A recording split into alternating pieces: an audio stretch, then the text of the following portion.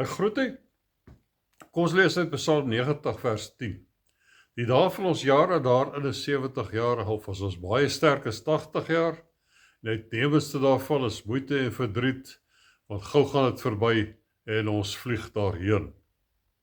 Benjamin Franklin het eendag geskryf, in hierdie wêreld is niks seker nie, behalwe die dood en belasting.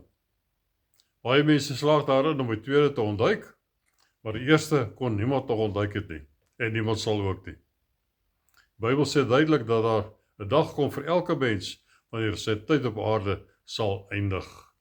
Die Spreuke sê, die Prediker sê, in die 3de hoofstuk vers 1, alles het sy bepaalde tyd, en vir elke saak onder die hemel is daar 'n tyd om gebore te word en 'n tyd om te sterwe. En Hebreërs 9 vers 27 sê, net soos die mens bestem is om eenmaal te sterwe en daarna die oordeel. Dat die Bybel loof nie dat daardie bepaalde uur sal kom na 'n lang lewe op aarde nie. Dit kan nog baie gouer kom as wat die mense dit verwag. In Psalm 90 herinner Moses, die man van God, aan ons onsterflikheid. Die dood respekteer geen mens nie, en dit kom elkeen se pad langs. Vir die wedergebore kind van die Here hou die dood geen vrees in nie. En dit is 'n voorreg en 'n plig om die goeie nuus aan die wêreld te verkondig.